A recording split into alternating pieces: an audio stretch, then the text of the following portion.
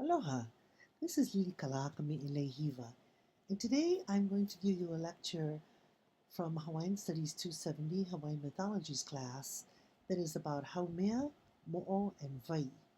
This is a four-part series, so each part will have a little bit different information for you to watch, but it's all what we would have normally in our 270 class on Haumea, Mo'o, and Vai, with an emphasis on the Mo'o, of course, who is Haumea. So let's get going on this one. Mo'o. What are they?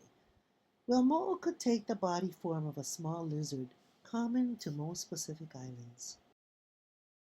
Or, in their divine form, they could have a lizard body 30 feet long.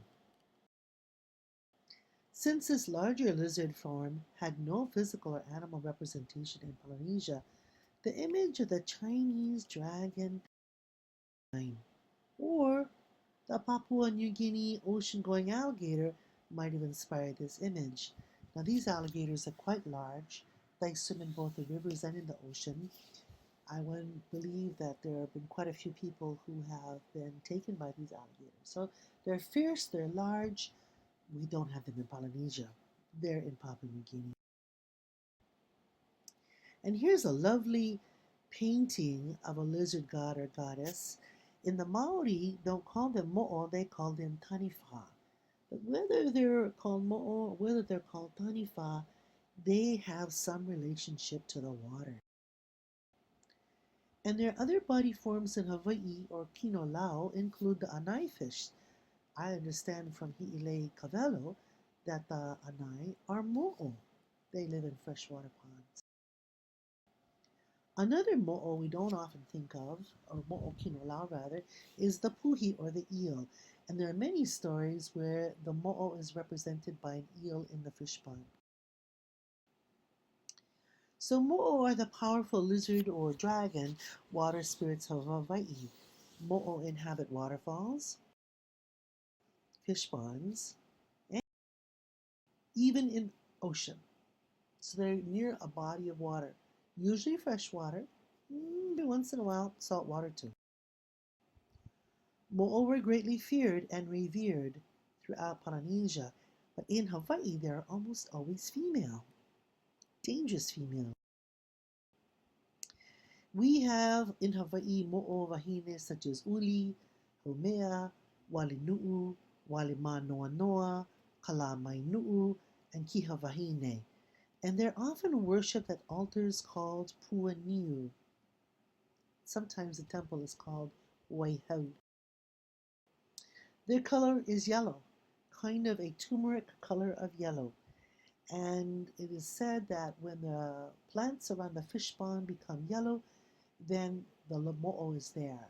If it's all green and there's no yellow at all, maybe the mo'o's not there. They were also worshipped in the Haleo Papa. Hence, they are a source of female mana. And let's remember that the Haleo Papa is a female temple, men do not worship there. So let's take a look at the Haleo Papa. This is a female temple not found anywhere else in Polynesia. In fact, I haven't found any other female temples in Polynesia. Maybe they're there and they're called something else. Maybe they're called Whare Opu or Whare something, or Whare Wananga, I don't know. But the name Haleo Papa is only found in Hawaii, not anywhere else. And this is the female temple. The practice of Haleo Papa began on Oahu on the ridge above Waulani in Nu'uanu, and this is where today the Oahu Country Club is. If you look up on the ridge on the west side of that country club, this is the place where the first Haleo Papa was built. It's a home, it was built as a home for Haumea, and Haumea was said to have been born on those cliffs above Nu'uanu. This is a heiau where female ali'i worship the mo'o wahine and the knowledge that the mo'o wahine brings, especially about management of fresh water. Haumea as a mo'o and the source of all mo'o knowledge, which equals fresh water. Now, we're going to see vaihau, the term vaihau, the water of hau, the water of Haumea, if you like. quite a lot when we're dealing with the mo'o, and vai meaning fresh water, not salt water, and vai hau referring to Haumea as a source of it. We know that Haumea is a mo'o. The mo'o also are sources of fresh water. They control the surface waters of the lo'ikalo. So all the waters that's used within the Ahupu'a, which is a water management area, really are waters that belong to the Mo'o Wahine or are imbued with the Mo'o Wahine. And she's the one who gives knowledge to her female worshippers about how to control surface water. It's the Mo'o Wahine also who controls the underground waters of the Loko'i'a or the fish ponds. And actually, we see that quite a lot. The Mo'o Wahine in every fish pond. In today's lecture, we'll see quite a number of those fish ponds. So let's begin our survey of Mo'o on Oahu with its 113 fish ponds. And I think what I'm going to do is perhaps move to the next part 2 of Oahu fish ponds. Oh, not yet. Okay. We on Oahu had 4,200 acres of fish pond fed by freshwater springs. Now, how many springs were there per acre? Probably a minimum of 10 springs per acre. But because they went to the watercress farm, the Sumida watercress farm in Pearl City, they had they have 10 acres.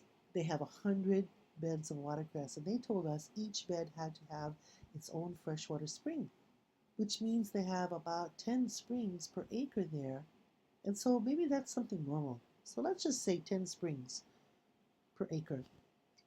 So that means 42,000 springs of water on Oahu. That's why Oahu is called an Aina Momona, a land that's fat with food, because Oahu is an Aina Vai, a land that is full of water, fresh water.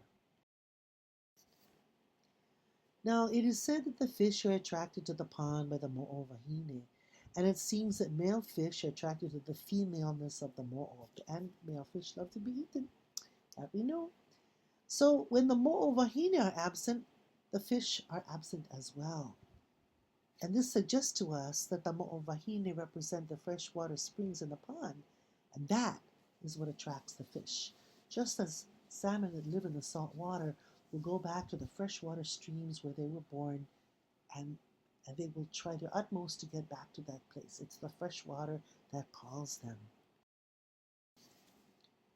So when we look at Oahu fish ponds, we know there are 4,200 acres of fish pond fed by freshwater springs, perhaps 42,000 springs on Oahu. Does that mean there are 42,000 mo'o wahine on Oahu? Well, maybe, maybe not. Maybe the mo'o wahine has one pond that might have 1,000 springs. But we do know that the Oahu is called an Aina Momona, a land fat with food, because it is an Aina Vai, a land with lots of water, which is because Oahu is an Aina Mo'o Wahine, and it's the Mo'o Wahine, the lizard women, that bring that fresh water up from below in the aquifer to the valley above. So when women go to pray, they're praying in the Haleopapa to the Mo'o Wahine, and it's those prayers that keep the fresh water pumping. Isn't that cool? Now let's begin our survey of Mo'o on Oahu with its 113 fish ponds in the area of Ko'alau Poku, and I'm going to go to part 2 at this time.